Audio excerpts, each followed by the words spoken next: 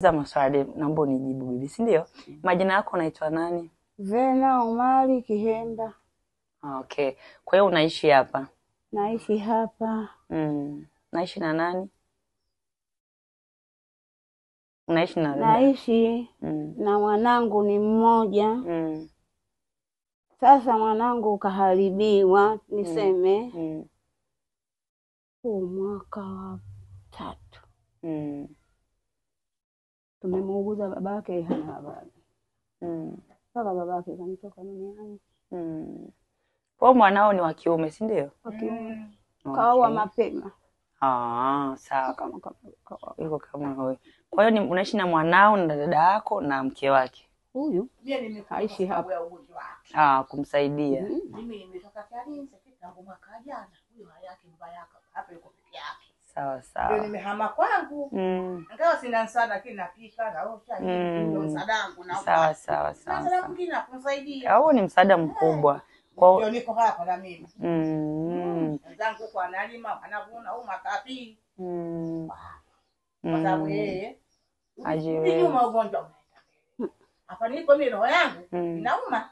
Huko mtu jamani nyuma haurudi. Ndio kuhangaika. Matibabu kuelezea tu.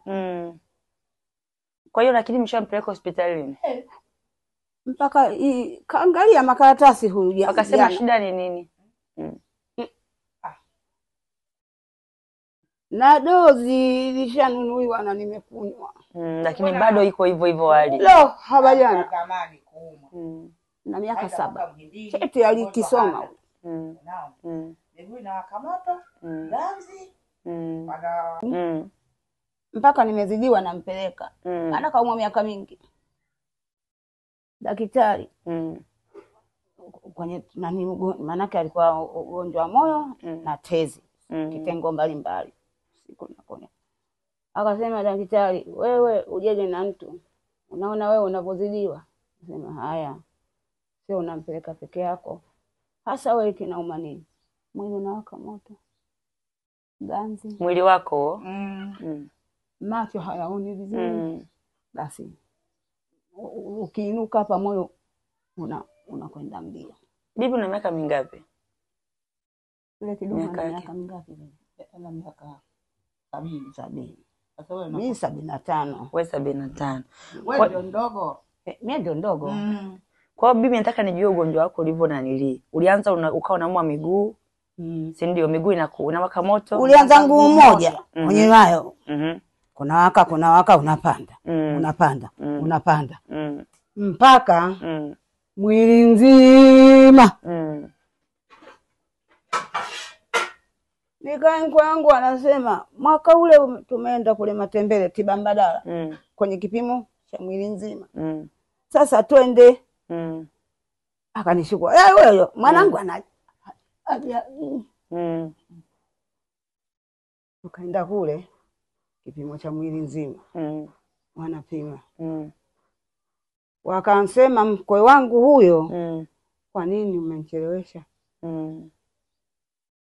Nimechelewesha. Wao akasema umechelewa kwenda kwenye matibabu.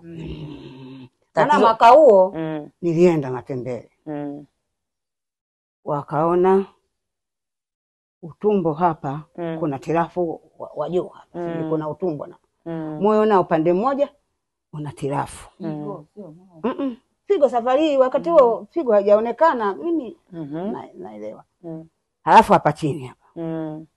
Utumbo wa chini hapa. Umeharibika kuna figo bado. Tumekaa miaka 7 hajaenda. Sijaenda. Hujaenda matibabu tena hujaenda. Dozi niliyochukua alafu kaenda kuchukua la pili basi ilitakiwa la 3. Mzee wangu kazidiwa. Pale kanda vizuri. Mimi Muhimbili. Miaka 7 ndio ananitoka mume wangu. Sasa mimi nimegojeka. Ndio akansema sasa alipopima. Kasema humu tumboni kizuri kongoshoro tu sijui mwanzo wala mwisho. Kongosho ndo zuri tu. Kongosho ndio zuri. Figo imeanza kuvuja. Na kweli pandwa huku ukushike huku huku aka lakini huku hata ukifanya hivi ubane naumia. Wanansema nikamwambia sikilizeni hivi mwenzenu mimi nilikuwa nauguza mume wangu mpaka kanitoka duniani. Ndio dozi la kwanza nimekula nimemaliza, dozi la pili nimekula, yani habajana. Sasa ule ugonjwa haurudi nyuma, unaendelea. Unaendelea.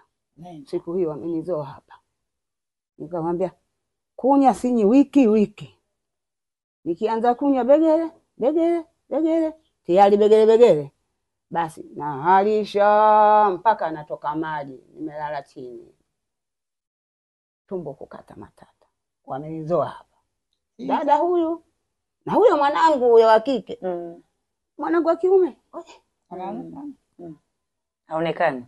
Jana bahati yako hiyo kankuta. Kwa hiyo mtoto wake wa kiume waga haonekani hapa nyumbani. Hata ukimwambia atakimpigia simu uliko mama kazidiwa haji. Wapangaji wapo. Ndio Jibu lake. Wapangaji wapo. Kwa hiyo hakuna mtu anayemsaidia mama zaidi ya nyie. Zaidi ya huyu dada. Zaidi ya dada na mkwe wangu. Wananizoa huko. Kipimo cha choo. Kule amechukua kipimo cha choo. Na malaria sina.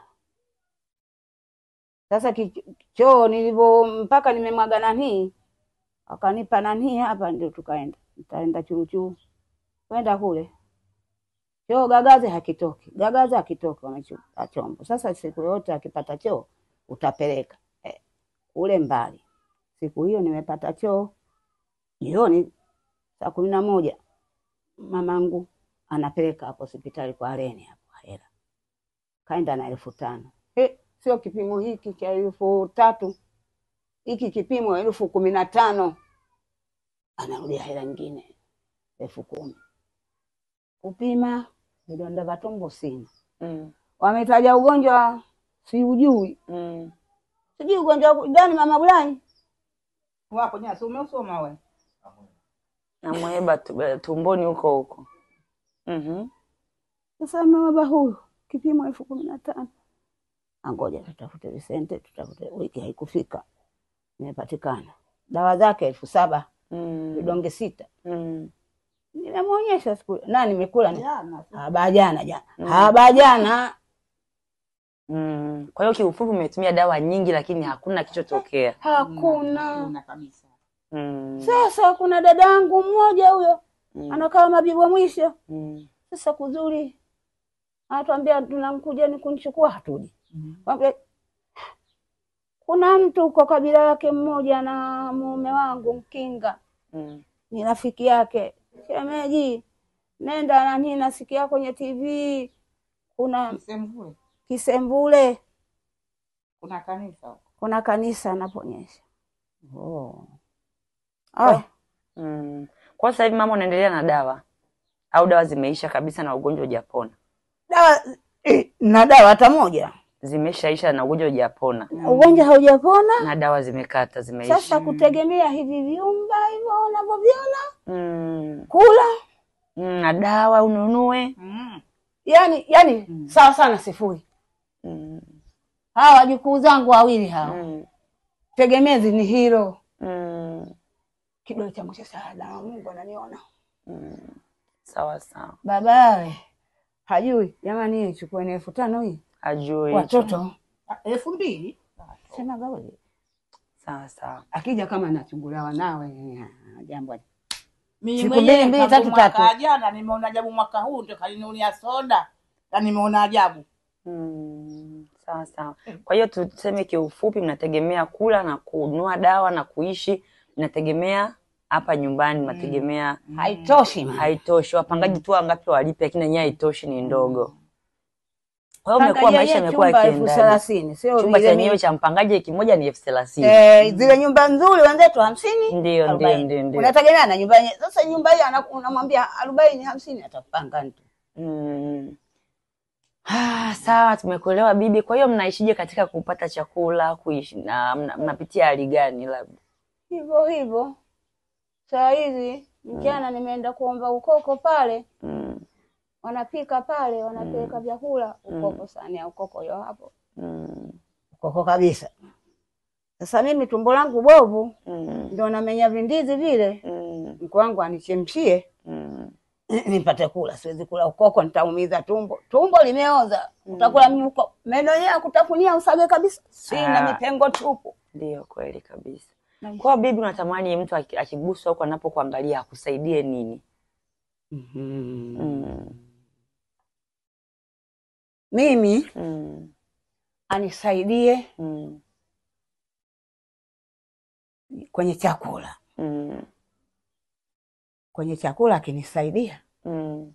Nikipata visente hivi. Kwa sababu visente vya hapa siwezi kuigusa Muhimbili. Mimi nimemuuguza mume wangu kule. Hela za kule ni kubwa. Kwa hiyo akusaidia upate chakula cha nyumbani, kingine akusaidia nini? Watajua wao sasa. Ambacho natamani mtu akusaidie wewe. Kiafya, kinyumbani. Nikisema wanisaidie kiafya. Afya yangu sasa hivi. Matibabu yangu sasa hivi. Niseme hospitali. Medonda. Sijaenda kwenye nani? Huko Muhimbili sijamaliza. Yule daktari, kumbe mule madaktari wanaweka madawa na akija ndugu yake. Chukua dozi kila siku kimoja, kila siku kimoja. Asante bure. Jengo la moyo Kikwete. Nageuka, anaponiona nahangaika, hebu rudi. Narudi. Na kuongeza dozi la pili. Kwa bibi wewe umepata madawa ambayo yani hujapata dawa ya kutosha. Na kwa kubahatisha tu mtu anakupa hivi. Yaani nimekunywa miezi na nauli anatoa. Daktari mwenyewe. Dozi nimekunywa miezi miwili. Hakuna kilichopungua. Lakini huyu hajapimwa? Hajapimwa. Yes. Kipimo cha Muhimbili sijapimwa. Hujapima. Ila nimepima tiba mbadala, kipimo chao si rahisi. 10,000. Hawa wajukuu wako wanasoma? Kingine kimelala. Darasa la pili. Mkubwa ndio darasa la pili. Kingine cha miaka 3 kimelala hapo. Huyu alikiona. Sawa sawa. Kwa darasa la pili anamsomesha ni wewe? Nani? Huyo ndiye anamsomesha. Anachopata kidogo hicho anamsomesha na mjukuu. Hivi karudi kafanya nini? 500 ya uji. Asubuhi. Kesho Alhamisi 1200 mitihani na hela ya uji. Hivyo hivyo. Hivyo. Kaenda tuition. 500. Sasa hii damu yangu. Kweli huwezi kuiacha. Mpenzi mtazamaji wa Tasofo, tumefika hapa leo Mabibo Hostel, tupo na mama hapa. Huyu mama ni mgonjwa, anapitia hali ngumu sana. Anadai mwili wake unawaka moto kuanzia kwenye miguu mpaka kwenye kichwa. Anadai pia anasumbuliwa na tumbo na moyo. Kwa hiyo anachodai ni kwamba kwa maelezo yake ni kwamba fahamu pia hana. Ni kwa ujumla ni mwili wake wote unasumbuliwa na matatizo na magonjwa mbalimbali. Kwa hiyo ninachokiona hapa na ninachokiongelea ni kwamba hajapata matibabu ya msingi, matibabu ya kuchekiwa mwili wake wote. Wala hajapata kipimo chote cha kupimwa, wala hajapata dawa za kunywa ambazo zinaendana na matibabu yake. Na kisa cha hivyo ni kwamba hana hela ya kununua matibabu, hana hela ya kufanya checking ya mwili wake, wala hana hela ya kukizi familia yake. Maana anaishi yeye na dada yake na mkwe wake na watoto na wajukuu wake. Kwa hiyo anatamani kupata msaada wa kupeleka hospitalini, akachekiwe mwili wake, akafanyiwe vipimo mbalimbali, akapate dawa na akasaidiwe kwenye familia yake kwa ajili ya kupata chakula na matumizi mbalimbali. Kwa hiyo mama, unatuambia wewe mtu akitokea hapa unatamani akusaidie upate check up ya mwili wako upatiwe matibabu. Ndio. Vipimo. Si ndio? Ndio unapotaka vipimo. Maana kipimo cha Muhimbili hajapata. Hiyo ni mbadala kwa matembezi, ni mbadala. Wapimia kwenye mkono, sijui anashika kwenye mkono. Nilipima kule mume wangu ndio najua. Hajapima huyu. Wakati namuuguza mume wangu. Hicho kichwa. Kichwa pamoja na shingo 70,000. Hela nyingi, umeona? Nimempima mimi mume wangu Ulimpima mume wako. Sio yeye. Oh, alikuanzia hivi kipimo cha damu 10,000. Hapa 15,000. 35 siku hiyo. Kwa hiyo ulimpima mume wako sio wewe. Hujapima bado. Sawa. Kwa hiyo bibi hiyo hali mbona mko mkipitia hapa nyumbani, maisha yamekuaje sasa? Mmepitia nini changamoto mbalimbali kama nini? Kwa sababu bibi anaumwa hapo na ndo anategemewa kwenye nyumba. Hali imekuaje mama, unaweza kutueleza? Mzangu imekuaje? Hata mimi uko nyumbani nilikokaa, maana mimi mikono hii imevunjika yote. Nimekaa. Sasa hawa wote ndio ni mama yangu ni baba yangu. Anisaidie kule, mimi kule napata kula, watoto wangu kule ananisaidia, nimekaa. Sasa kuumwa huyu, mimi hapa ndipo hata nguvu sina. Mikono yako ifanye kazi? Nimeanguka, nimevunja huko, imevunjika huko zamani huko mwaka jana nimekatika. Lakini haiumi. Inauma. Na huwezi kubeba vitu vizito. Siwezi kubeba. Huyu ni dada yake na huyo ni mdogo wake na huyo bibi hapa tunapomuona. Dada yake na huyo bibi tunayemuona hapa. Naye ametoka mkoani kwa ajili ya kumsaidia ni mdogo wake. Mdogo wake kwa ajili ya kumpikia vitu ndogo vya nyumbani, kuosha vyombo na kupika. Lakini pia na yeye anasumbuliwa na mikono. Mikono yake anadai imevunjika, inauma, hawezi kumnyanyua vitu vizito. Na huyu bibi ndiye alikuwa ni tegemezi lake, ndiye alikuwa msaada wake, lakini naye anaumwa. Kwa hiyo wote wako mahali hapa wakitafuta namna ya kusaidiana na kutafuta msaada mbalimbali kwa mtu atakayeguswa. Jamani, na familia hii tunakukaribisha, tucheki sisi Tosofa, tutakuleta mpaka mahali hapa. Watu wao wanahitaji msaada, huyu mama anahitaji msaada na huyo mdogo wake anahitaji msaada. Huyu ni mgonjwa wa mwili mzima, anahitaji msaada wa matibabu ya mwili wake wote ili apate afya, achekiwe na apate vipimo na madawa ili kuweza kuendelea na kazi zake mbalimbali za kutunza familia yake. Kwa hiyo mama, wewe unatamani mtu akiguswa akusaidie nini? Mimi mimi chochote anachonisaidia mimi nashukuru. Lakini nimekaa kama mtoto fanya chochote. Familia yako umeacha nyumbani kule mkoani? Niko mikoani familia yangu. Sawa. Na watoto 3, wanawake 2, mwanaume 1. Yuko hapa anafanya kibarua huko. Bibi, umesema umetoka kuomba ukoko hapo nje. Kwa nini umetoka kuomba ukoko? Hawa wawili wanachukua ukoko ule wanakula. Mimi sasa ndio vile vidizi ule ukuta pale wakanichemshia. Mama Bulai. Mama Bulai, mtazamaji, bibi yetu anatuambia kuwa leo siku ya leo ametoka kuomba ukoko uko nje. Ukoko ni chakula ambacho kimebaki, yani wali ule wa mwisho ulioungulia. Ametoka kuomba ili aone kama ataweza kupata chakula.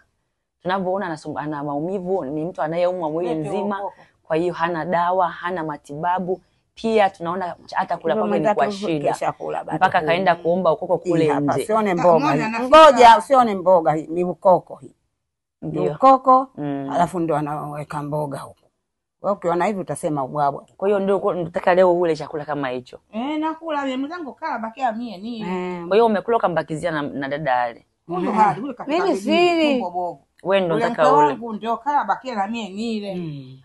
Mie vile vidizi vile mlivonikuta pale.